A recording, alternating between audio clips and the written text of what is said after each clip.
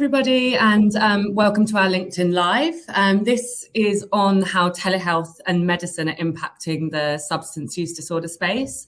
So I'm Perrin, I'm Commercial Director at Storm3. We're a health tech specialist recruitment agency. And I think out of all of the subsectors that we work in within the health tech space, this is probably one of the most important yet almost taboo areas of care. So whether you're in the US or in the UK like I am, I believe that everyone, would have been impacted in some way by substance use disorder, either in their own lives or someone that they know. A few statistics, just focusing on the US for now. In recent research, it was found that 12% of Americans aged 12 and over used illegal drugs, and 20% of those people aged 12 and over had used illegal drugs or misused prescription within the last year. And if we include alcohol and tobacco into the conversation, this jumps up to 60%. So it's just really important to highlight because, we need people and companies to help remove stigma and bias around receiving help in this space. So companies such as Ophelia and Monument are doing exactly that in an accessible way. I will hand over to Jenni and Amanda now to introduce themselves. Jenni, we can start with you if that's okay. So could you tell us a bit more about yourself and Ophelia? Yeah, my name is Jenni Friedman. I'm the VP of Marketing at Ophelia. We are a virtual telehealth service, a clinic that focuses on opioid use disorder, which is the #1 killer of people, Americans under 50. Every 5 minutes, someone dies from an opioid-related overdose, and we're trying to solve that. We focus on medication. The medication is called buprenorphine, the brand name and most commonly called Suboxone, and we offer the medication. Unlike methadone, which most people are familiar with this treatment and requires an in-person visit, which is also very inconvenient for most people, Suboxone you can get from your local pharmacy. So we have a clinical care team staff helping you get the prescription from your clinician, and then a care team that helps you with your local pharmacies to fulfill it. The most traditional form of care for opioid use disorder is rehab, which doesn't work 90% of the time if it's not followed with medicine. So we think that's crazy. And we offer the solution that's been proven to work, which is medication via telehealth. So people can do it from their car. They can do it from the privacy of their living room. They don't have to tell the whole world that they're facing an addiction if they don't want to. And that's our model. We think it should be easy. The fun little marketing line we like to use is, addiction disrupts your life, treatment shouldn't. Thank you, Jenni. Yeah, it's such an important space. So yeah, thank you for that. And Amanda, I will come to you with a bit of detail on Monument. Sure. Well, thank you for having me. And, I'm just nodding along to Jenni because we have very similar missions. My name is Amanda Giddon, and I lead marketing at Monument, and we are an online platform for anyone looking to change their relationship with alcohol. Similar as Ophelia treats folks looking to navigate opioid use disorder, we treat alcohol use disorder with evidence-based modalities such as virtual therapy, medication-assisted treatment overseen by a physician, and virtual support via support groups and also anonymous community forums. Similar to Ophelia, we believe increasing access to evidence-based care is crucial in addressing the alcohol use disorder crisis that we're currently navigating in this country, which has only been exacerbated by COVID and all the stressors that come with living in this day and age. So I'm really grateful that there are so many organizations working on tackling this massive challenge, and grateful to be here today. Thank you. So yeah, I suppose you've kind of both covered there about how treating substance use disorders can be more accessible. I suppose it would be good for both of you to just go into a little bit more detail possible on how it actually works in practice, basically doing this via telehealth. I'll let Amanda take this, so you could start this one. Sure. So if anyone navigates to joinmonument.com, you can join a free community, which includes access to virtual support groups, on-demand expert authored resources, and community forums. Something that I'm very passionate about in my role as a marketer and also personally is inviting as many people as possible to this conversation. We all have a relationship to alcohol in some shape or form, and step one for us is education. By letting people know that alcohol use disorder exists on a spectrum, that you don't need to meet any criteria to seek support, we break the stigma and get more people access to care. So once you join our community, you will also be able to take what's called the DSM-5, which will let someone know if they meet the criteria for a mild, moderate, or severe alcohol use disorder. Once you go through that questionnaire, which takes only a few minutes, you're recommended a personalized treatment plan at Monument based on those answers, which can include physician care and medication-assisted treatment. And if you're looking to layer on personalized therapy on a biweekly or weekly basis, that is an option too. And I'm happy to go as deep into this as is interesting, but there are many studies that support that both cognitive behavioral therapy and medications such as naltrexone and acamprosate have positive outcomes when it comes to reducing heavy drinking. So anyway, you're presented with your personalized care plan, then you can also layer on community accountability in the form of support groups. We offer over 50 every week and encourage people to engage as many tools as they find useful to their recovery. Amazing, thank you. And Jenni, what about for Ophelia? Yeah, opioid addiction is slightly different than alcoholism, only because medication is the proven treatment that works. It's some of the other therapies are nice to have, but it's the medication that keeps people retained off the drugs, managing their cravings. So when you first call Ophelia, you come on Ophelia.com, you talk to a welcome support team that helps answer a lot of your questions about insurance coverage. How do they get their medication? How do they know that we're not going to close tomorrow and they're going to lose their Suboxone? We also find out if they're on Suboxone. So that's a huge thing. Unfortunately, a lot of our patient population is either getting Suboxone from their drug dealer because it's easier for them to get it from their drug dealer for treatment than from a doctor. Or they live in high overdose rate counties, but have no doctor within 100 plus miles. So they're like going, 100 miles once a month to get this treatment. And obviously that's very inconvenient for everyone and a huge burden for care. So we figure out that, and then we connect them with a clinician where we talk about their story. Our patients are constantly saying how most clinics they've gone to in the past treat them like addicts or, like the bottom of the barrel patients. They don't care about them. They don't ask them the stories. Our clinicians talk to you. We try to figure out exactly what will work for you, what the right dosage is. And then you get scheduled a prescription and your induction time, because there is a little bit of time that you need to take the medication in your home and withdraw. Although the symptoms of withdrawal are highly managed from buprenorphine, which you're prescribed. And then you get ongoing maintenance care. We have a lot of resources on our site. We answer a lot of questions, but we try to make it as much on their terms as possible. We don't mandate additional therapies, just like Monument doesn't mandate any of them either. And people stay, right? They get the medication and that's kind of the treatment. And it's that easy, which most people are like, no, it can't be that easy, but it is. Yeah. I think it's such a good point you made about, I could definitely appreciate that going into other clinicians or other places, people might feel like they're not treated well.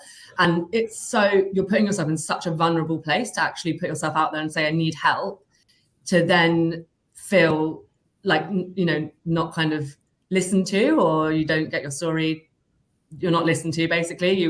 I would feel with me, I would just not go back. Like, you wouldn't want to, would you? So it's like a brave thing to do in the first place. So you need people to actually listen. So yeah, I really appreciate that. And then I suppose just for maybe people that have joined that don't know anything about this space, how do these, like the methods that Ophelia and Monument use, how do they differ from traditional methods of just helping people get over addiction?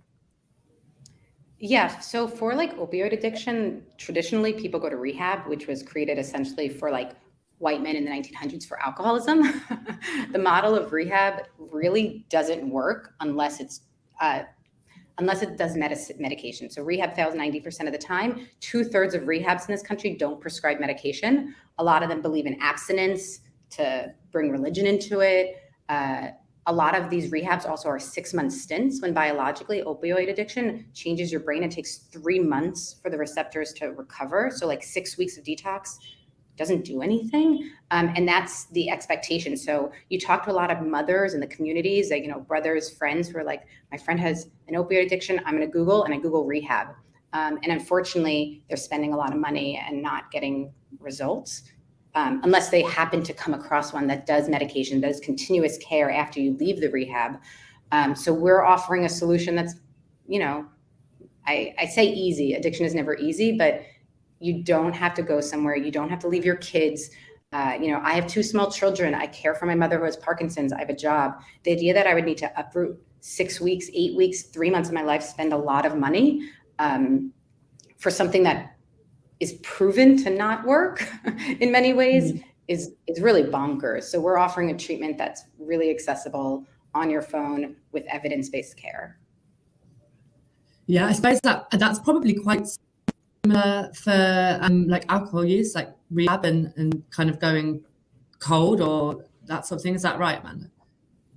Yes, definitely. And to echo Jenny, accessibility means a lot to us at Monument and in different shapes and forms. The telemedicine component, of course, delivering care on nights and weekends. Therapists can meet, off working business hours. And you can connect wherever you have internet, whether that's on your tablet, phone, computer. Accessibility also means lowering costs to us. That's something we're extremely passionate about. Our cash pay pricing is competitive with many specialty co-pays. And we are aggressively expanding insurance coverage to make Monument free or affordable to everyone, which has historically not been the case in the context of traditional rehab. As Jenny also mentioned, removing the stigma from points of care. All of our therapists are specialized in treating SUDs, and it requires a specific set of skills and empathy-first care that is really important to creating the environment that we know is crucial to delivering positive health outcomes. And on that same note of inclusivity and creating a safe space, we employ a harm reduction model. So folks join Monument with goals for sobriety, folks join Monument with goals for moderation as a step towards sobriety, or perhaps just want to reduce their drinking, from 10 drinks a day to 1 or 2.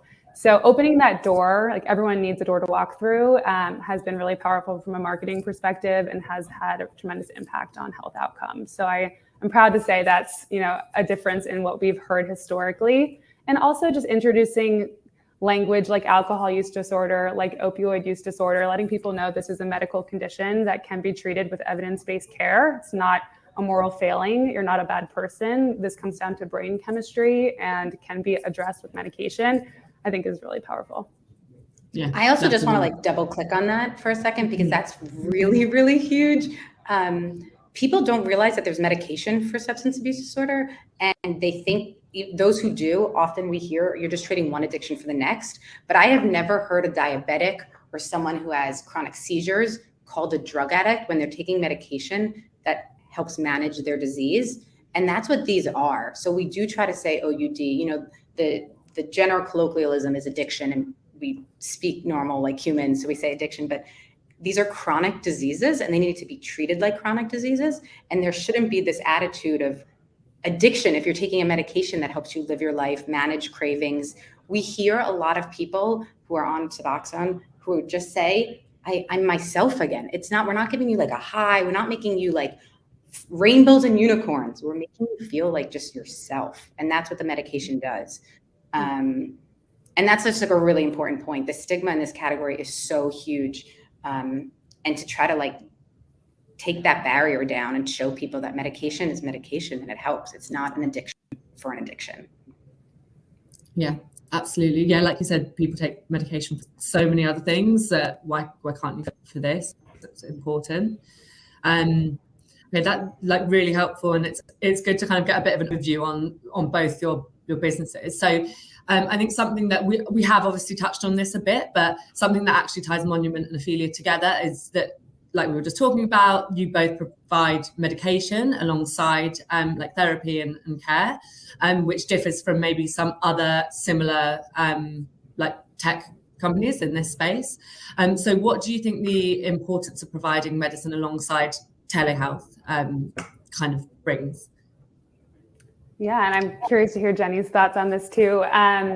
It's interesting, when we introduce medication as an evidence-based treatment for alcohol use disorder, a common response is anger. People are like, why haven't I heard of this before? Why hasn't my healthcare provider told me about this? Why haven't I seen this in my Google searches? And even more so, this is echoed after 3 months of care or however long, when people see amazing results from medication-assisted treatment. So something that I'm very passionate about is how do we how do we change that, right? How do we make sure that education about medication is widespread? Exactly as Jenni was saying, medication is widely acknowledged and accepted as effective for treating physical health conditions. We're finally also accepting it for mental health treatment. And I think SUD treatment is the next frontier of really normalizing pharmacology in treating, clinically diagnosable conditions. So we've seen amazing health outcomes. And also to Jenni's point, the medication we prescribe at Monument, naltrexone, camprosate, disulfiram, are non-habit forming. I'd say the number one piece of feedback that we get across the advertising landscape is exactly that, trading one addiction for the other, and which just highlights a tremendous amount of misinformation. So of course, my job is to market Monument, but I also see it as to combat a lot of that disinformation out there. Yeah, I always say for Ophelia, if we're able to get people to talk about medication and telehealth in this category, even if they're not talking about Ophelia, it's a win.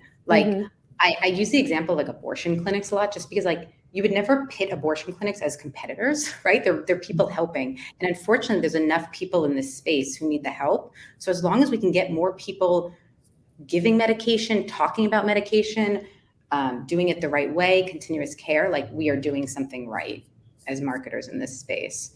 I also think for Ophelia, what's a fun, interesting challenge we have is to give the medication, you need an X waiver.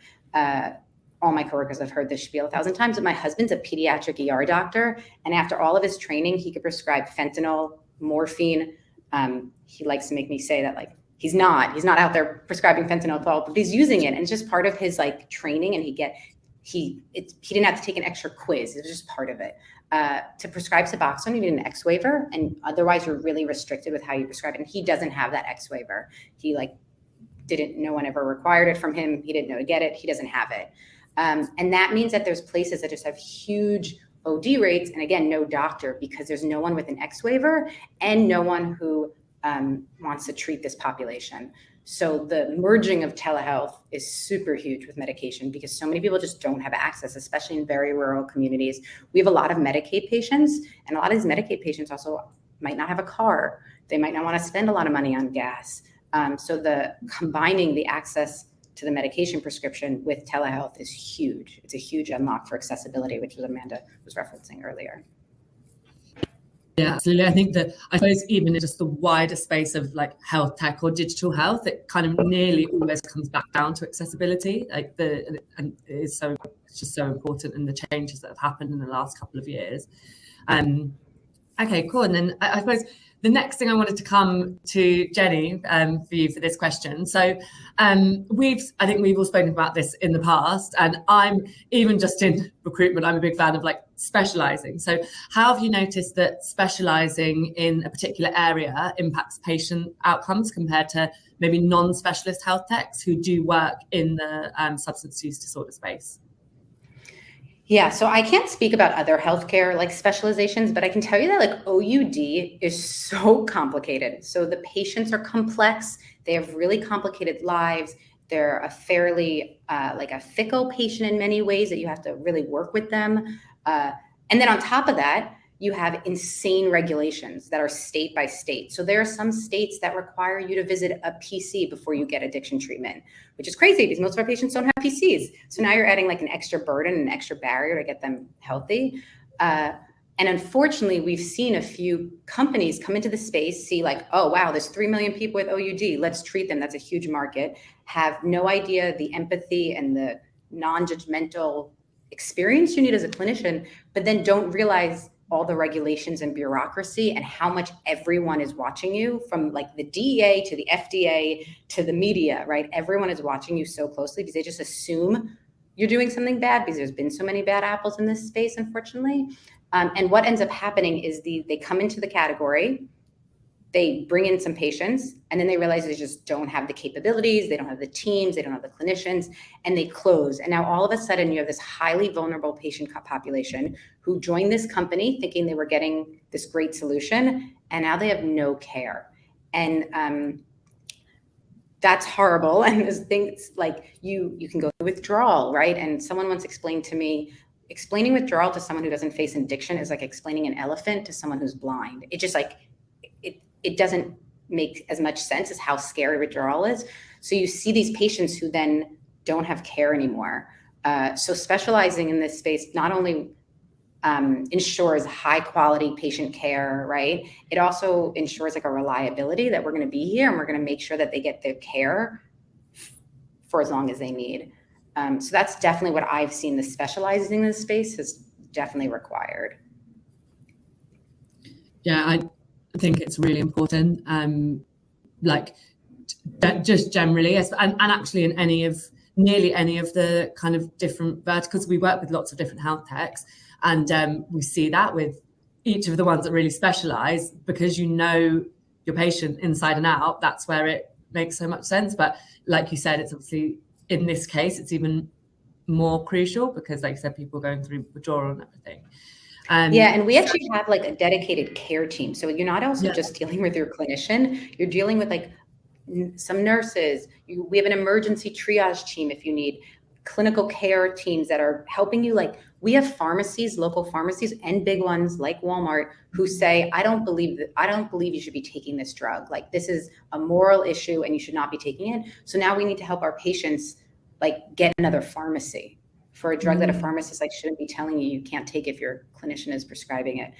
So like we have a team who understands those troubles and challenges and the stigmas they're getting and the pushback they're getting from literally their like pharmacist who doesn't know them from anyone. So it's really important that like those teams are in place and there's people there who know firsthand or have, you know, years and years and years of experience in this space. Yeah, no, that's a really good point. And that's the consistent care that you talk about as well. It's going outside of just the initial problem, but the care around like the support. So Amanda, wanted to come to you for the kind of next question.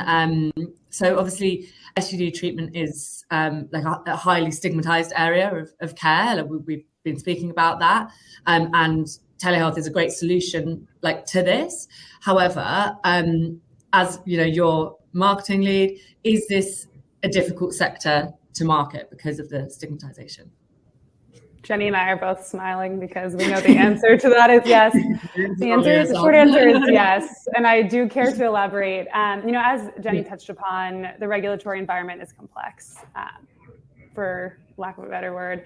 And that manifests in several ways. Operationally complex, of course, from the licensing regulations on a state-by-state basis. When you layer on insurance, we have an amazing team who manages that. And from a marketing perspective, you know, I've seen this across different advertising platforms. Monument gets bucketed into an alcohol services category, and we can't advertise on certain platforms. Sometimes our medication-related keywords get flagged by platforms, and that restricts our ability to market our services. And as a consumer and a marketer, I am totally for any regulations that protect consumer privacy and protect consumers from being taken advantage of. Unfortunately, in some scenarios, the cost of that is not being able to get in front of people who deserve care. And as Jenni alluded to, there have been historical bad actors in this space, unfortunately. And I believe that, you know, we are limited in some of our marketing abilities for that reason. I would also like to add that on top of the regulatory environment, you mentioned parents, the stigma.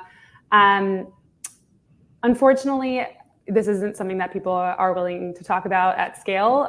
Most people, I think, finally we're seeing, you know, the sunshine on mental health in terms of what we're able and willing to talk about. I finally, you know, feel like I can talk to I'll tell someone I met on the street 5 minutes ago about my therapist in the context of self-improvement. I don't think we're necessarily there yet as a society about talking about sobriety as a path to self-improvement. It 1000% is, and that's what I feel passionate about clarifying in our work. You know, Monument acquired Tempest in May, and some beautiful language that they've shared is, you know, sobriety is a proud choice, you know, not a sad consequence. And all of that is to say that word of mouth marketing isn't the foundation of Monument's marketing strategy today, because people, you know, come to us for confidential care and often aren't ready to share. So we meet people where they are, whether that's in Reddit communities, whether that's when they ask questions about their alcohol use to Google, whether that's on Facebook and Instagram. And I think by parallel pathing with all of this brand work and education, we're going to be able to unlock more of that kind of member to member conversation, which will be a rising tide for all marketing in this SMB space. Yeah, and I can't agree more with Amanda with some of the complications that we face on digital marketing tools that we're not allowed to advertise on, not because of patient privacy or anything like that, but because they think of us as we don't advertise opioid. It's we're not advertising opioid addiction. Exactly. Why are we bucketed in that? We can't be on Reddit. We can't be on Snapchat. Google is constantly rejecting keywords for us, and we're constantly proving that we're not what they think we are. So it's unfortunate also that the big advertising actors in the space also aren't putting emphasis or awareness on the treatment and how much it's needed, right? And 80% of OUD sufferers don't have access to treatment. So getting to them where they are, in their news feed, in their social feeds, is crucial, right? They're not part of big systems. So I think me and Amanda are constantly oh, did you get into that? No, I didn't. Did you? These are just channels that are constantly blocked from us. But maybe someone's watching this and we can bring it through somewhere. We hope so. No, I know. Do you know what? It's really there's two things I was thinking as you two were talking. Is one, if I'm on Instagram, some of the things I do get advertised, I'm surely this shouldn't be allowed to be advertised. It would be better if I could be advertised how to reduce drinking when you're in a stressful job or something. Not I don't know. I won't call them all out, but it isn't great, and I'm sure they're not healthy or good for how people feel. And then the other point I think that's interesting is it's such I think catch-22 is the right phrase, but if word of mouth is the best way, or currently the way that you're finding you can use marketing in a stigmatized area, obviously people might not want to talk about it. They could be suffering completely on their own and not speak to any of their friends. Maybe even if they spoke to a friend, that friend might be going through the same thing. You just wouldn't know.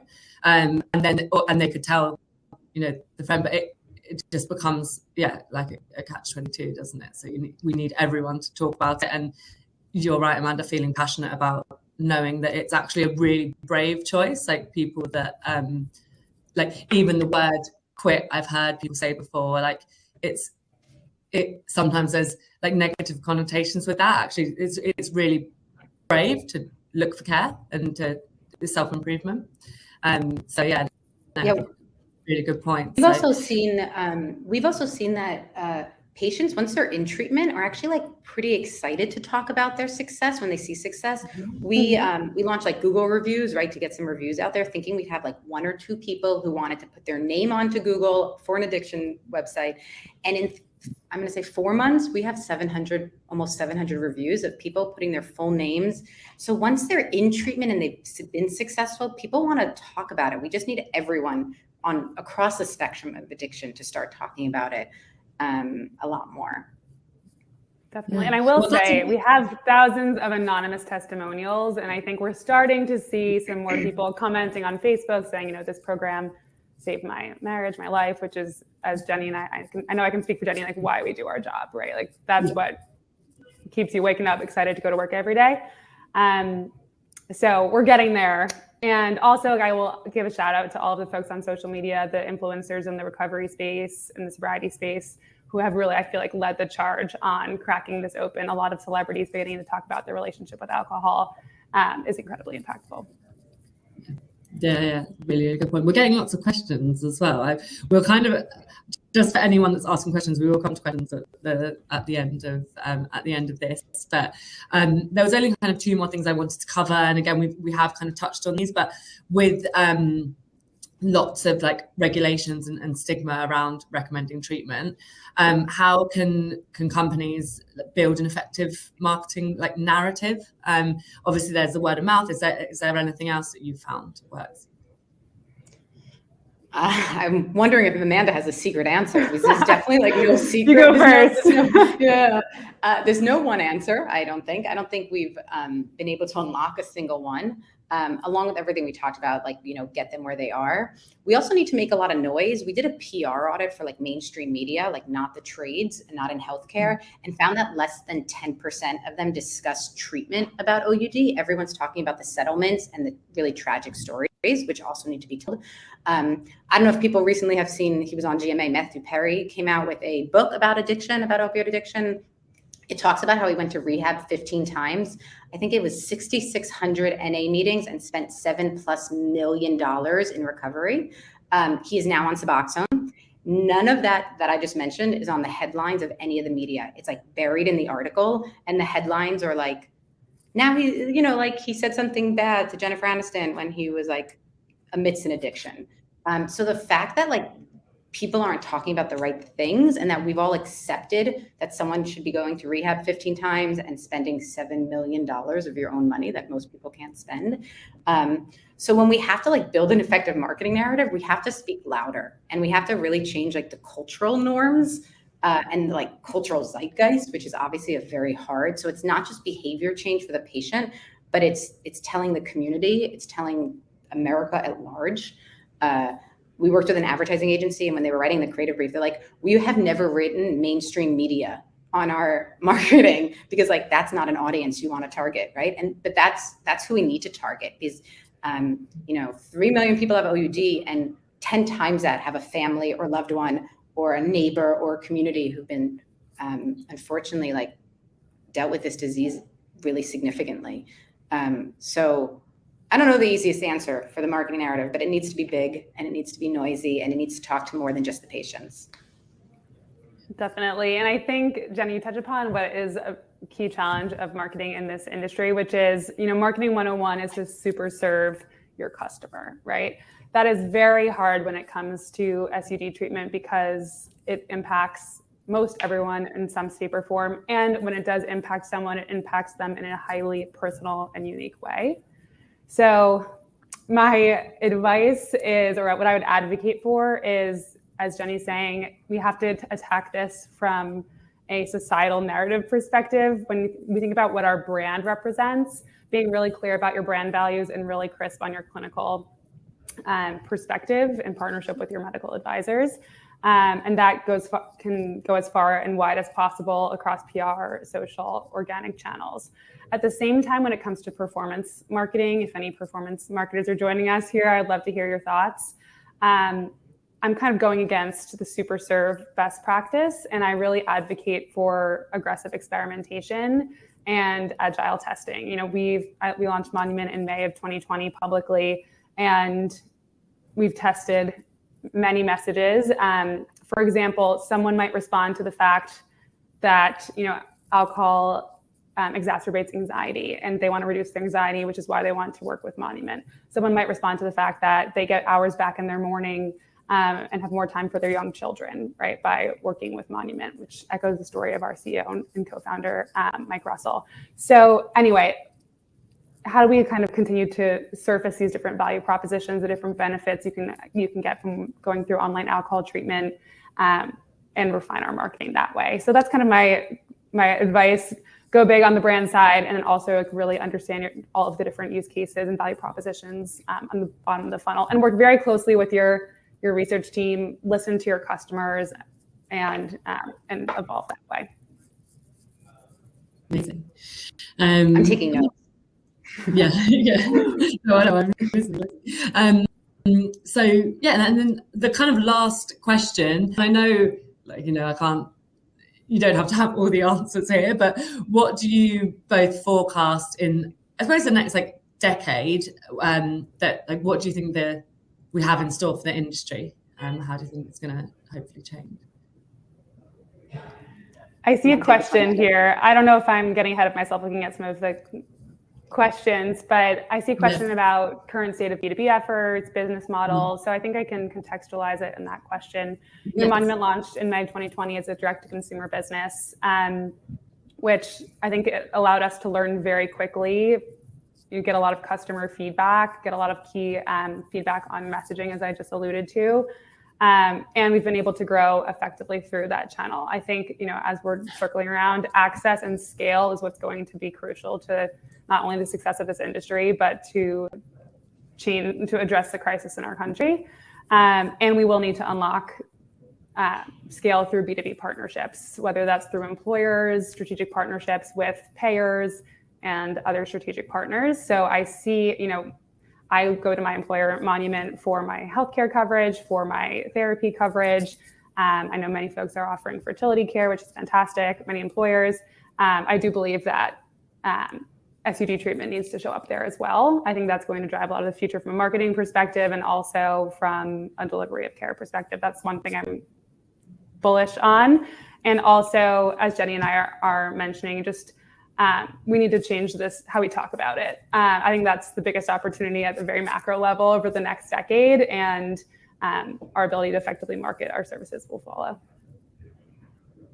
Yeah, that actually on the B2B point, surely as well, if you were thinking, if you're a business, you want people to feel their best, feel healthy, not feel like sluggish. I know how it feels if you've got a hangover. People would be happier at work, and work better anyway. So it's probably more important than some of the other things that are included in company, like business benefits. So yeah, I think that's a really good point. I think that was answering Phil's question there. Thank you, Phil. And I will say, some quick data, I think the study came out in 2019.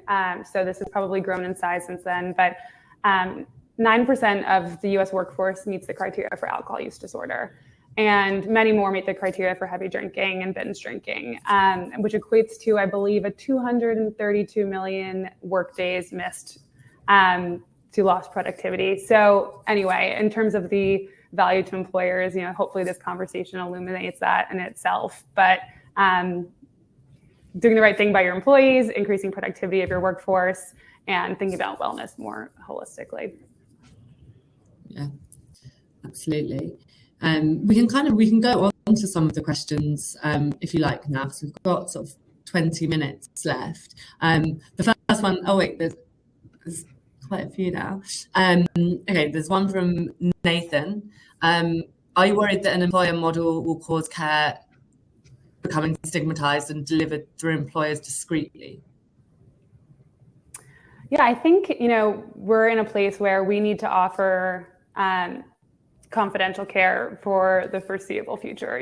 One day, perhaps everyone's talking about all of the treatment they're engaging in, whether that's couples therapy, right, which is something that a lot of people don't talk about right now, alcohol use treatment, things that feel like there's inherent stigma. As we reposition that to a point of pride, that will be less of a challenge. But I think what's really important is employers advocating for this as an opportunity to increase wellness and productivity, not something you need to be ashamed of. So, we're eager to partner with employers to both provide the services and covered by insurance, but also be a partner on the communication side, which I believe is to be crucial. I also think the insurance point that Amanda just mentioned is really huge, and making sure that insurance carriers understand the value of medication in telehealth. They've put a lot of barriers to entry for opioid use disorder, right? They might cover rehab without medication, but then not telehealth with medication. And the research has come out in the last year about the value of telehealth. We just came out with a peer-reviewed journal that was accepted into JGIM. It works, and insurance companies just kind of catch up quickly, so don't have the burden of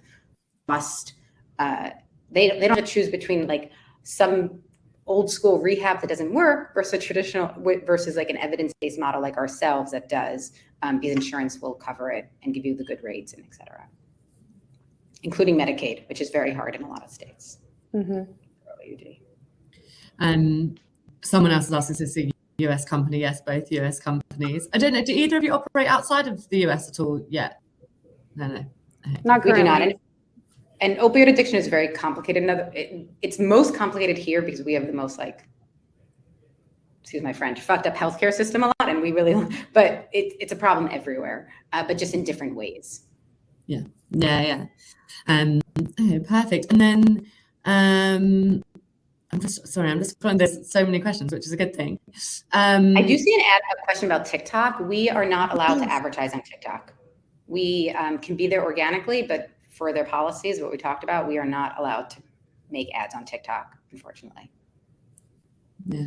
That's like a hot topic right now because we have like a pretty fun organic channel now that's getting a lot of views and a lot of engagement and duets and things, but we can't put any ad spend behind it. Oh, yeah, well, that was a kind of comment there from somebody about TikTok, and I think using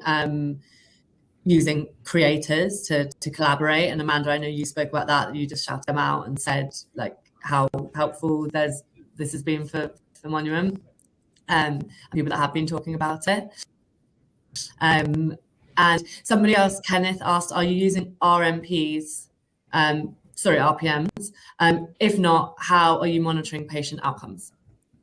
Do you know about any of that sort of thing? I'm not the internal expert, but I can speak to it at a high level. We do use the Audit C to track health outcomes, which is administered by a physician and a therapist at Monument. We also I'm rolling out some drink tracking functionality for self-reported use. We found, through research and member conversations that the kind of accountability of daily check-ins is really powerful. I mentioned Tempest, who we've joined forces with in May. One of their most beloved programs is daily affirmations. So really getting in front of people on a daily basis and allowing them to track their progress. So those are just a few of the ways. But of course, as we talk about partnerships with insurers and employers, reporting on health outcomes and engagement is crucial. So we do have that foundation in place. Yeah, and retention is a huge one also for us that we track very closely, because adherence to the medication, staying sober, if you will, on the medication is a pretty big signal for us, and we have pretty strong retention. I think it's 2 times the industry average right now because the medication works. Yeah, I think I was going to say, I think probably one of the biggest tellers is retention, because it's so easy to drop off, like in traditional methods, maybe rehab or other like that. So I think that's obviously really important. Another question from Nathan. Do you feel there's a need for primary care providers to be aware of and recommending your services, or would you rather go directly to patients and payers? I mean, in the OUD space, I think it's huge. We would love for huge, city MDs of the world, any sort of primary care, emergency rooms especially. Hopefully we get to people before they hit the emergency room, but unfortunately that's not always the case. But the referral network is really huge, because a lot of these clinicians care about their patients but are not equipped to treat them and want to find a solution, don't want to send them to a place that is going to relapse, right? They want their patient to succeed. So I think the referral network that we're building within the PC world is huge. I think between emergency rooms and primary care physician partnerships, I think there's a lot of opportunity there for the patient, right? To get the best outcome. The problem is when it's mandated the reverse way. So the problem is when it becomes, they come to us and then their state says, but first go get a physical, which won't help your care in any way, shape, or form necessarily. That's not a positive experience. But if PCs see patients who have OUD or have any substance abuse, they want to find the best care for them. They should have the resources like Ophelia and Monument and our competitors. Yeah, I can completely agree. And this gets back to Jenny's earlier answer about specialization and why we're, best positioned through our clinical quality, our research, and the kind of the judgment-free environment we've created to partner with PCPs, among other partners. And if you don't mind, sorry, I don't know why I'm seeing this all of a sudden. I just see a question I'm eager to answer. I saw a question about also partnering with other mental health providers with high comorbidity with SUDs. And I just wanted to speak to that both from the referral perspective and also from the marketing perspective.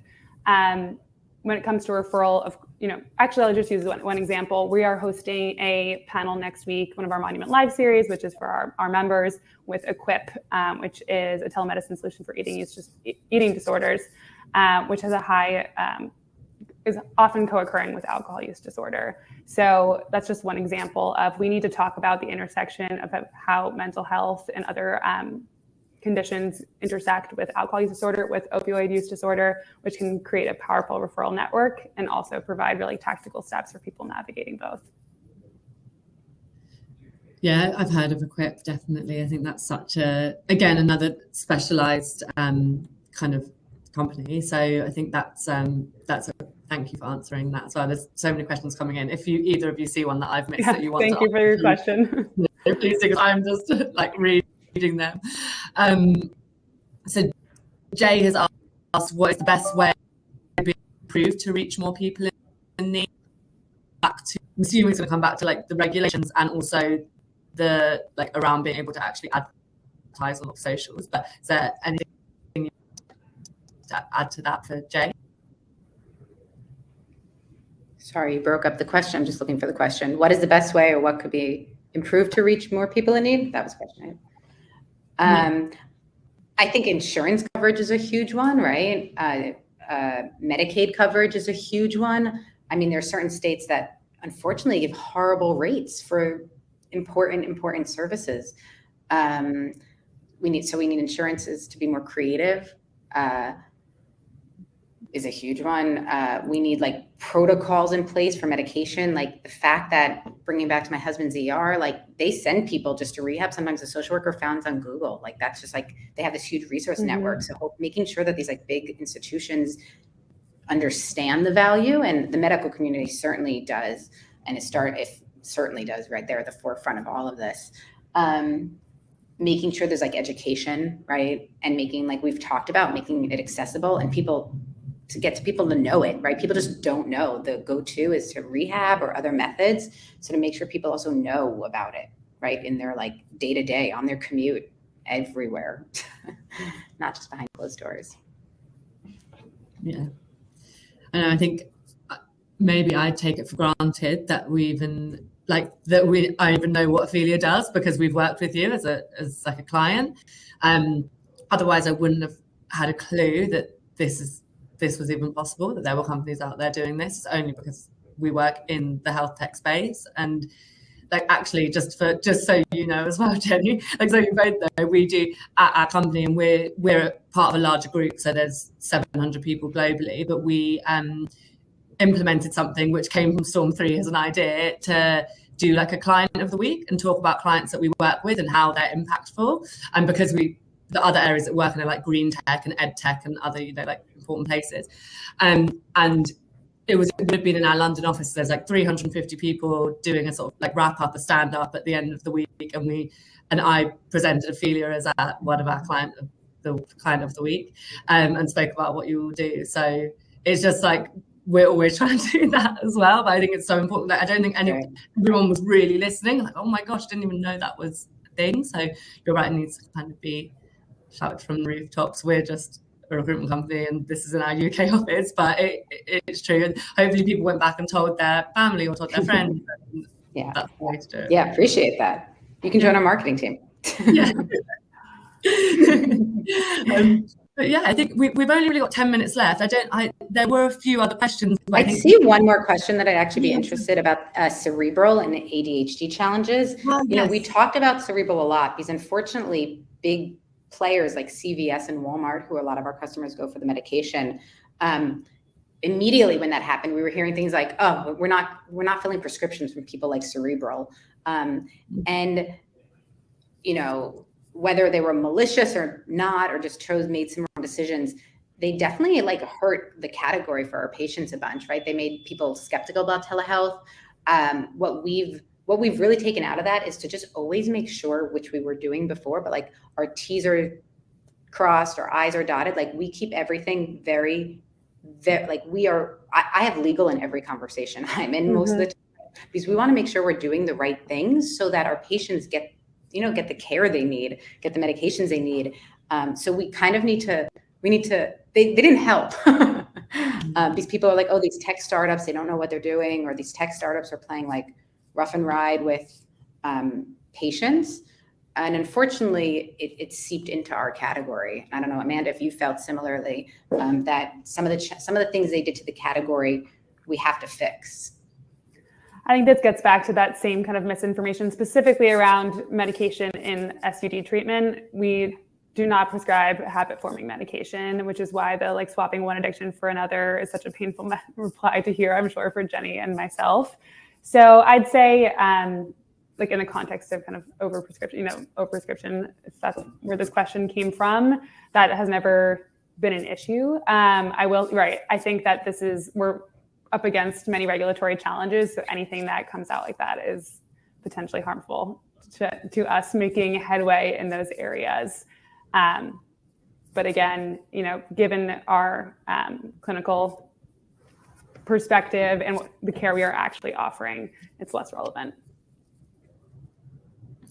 Perfect. And I think we can probably do one more question, I would say, and then maybe start wrapping up. But Nathan has just posted a question. I don't know if either you can see it, but it's does the effort to make these incredibly important and valuable services more ubiquitous and available potentially lead to pushback from payers because it would impact their bottom line?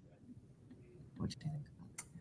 So on the AUD front, Monument treats alcohol use disorder. We also want to provide services and content for reflection and, support groups for people at all stages of their journey, whether you're sober curious, whether you're, a loved one of someone who has alcohol use disorder, whether you're starting to think that your drinking has become healthy, but you're not quite sure. You might not have to meet the criteria for AUD. All that is to say, we want to intercept people as early as possible to avoid worsening health outcomes down the road. Alcohol, and there's plenty of research about alcohol's impact on your likelihood to develop cancer, of course, liver-related challenges, heart disease, among many other conditions. So we actually, I think insurers recognize that we're a cost-saving mechanism in the long term. If you can avoid liver transplants, which are far more expensive than Monument's alcohol treatment services, this is really a cost-saving function for insurers, and of course, like a productivity saving function for employers and a cost-saving function by means of that. So I'm not concerned about pushback in that regard. Yeah, I agree. I think the average OUD patient costs the system about $30,000. So by getting them into treatment early before they hit the emergency rooms, the overdoses, we're saving the system, the big system money. And that's what they're most interested in. And saving lives, more importantly. But of course, to answer the question about cost savings, yes. Yeah, exactly. Well, yeah, I think we can probably start sort of wrapping up. But honestly, been so grateful to have you both join. And I think I can't see how many people have joined, like from here, I can't see how many people have actually joined to listen in, but we've had so many questions. Like, really appreciate everyone that's kind of tuned in. And I'm sure if anybody wants to reach out or has any other questions, you can find Jenni and Amanda on LinkedIn. I'm sure they won't mind, hopefully, if somebody drops them a message. I'm just so grateful that we're able to have this conversation. It's such an topic. You've shed so much light. I can see people saying here, great information and everything. Thank you. So yeah, really, really appreciate it from both of you. I don't know if there's anything you wanted to kind of like close out with. Sure. I think, when we talk about our work from a professional perspective or from like a marketing perspective, I also always want to take a moment to ground us in the fact that like most people are attached to this, the challenge of AUD or OUD or substance use disorders from a personal level. So if anyone ever wants to talk from a professional perspective or also has someone seeking support, send them my way, send them to Monument, to Ophelia. Whenever I talk about, like the marketing funnel, I just want to like acknowledge that we're talking about people and getting the most people help as possible. So anyway, I'll just leave you with that. And thank you so much for having me. I agree with everything Amanda said. She said it's perfectly. It's weird to talk about marketing in this, area, because this is people and this is lives, and it's really tragic when it goes the wrong way. So we always remember that, and happy to speak to whoever as well. And thanks for having me.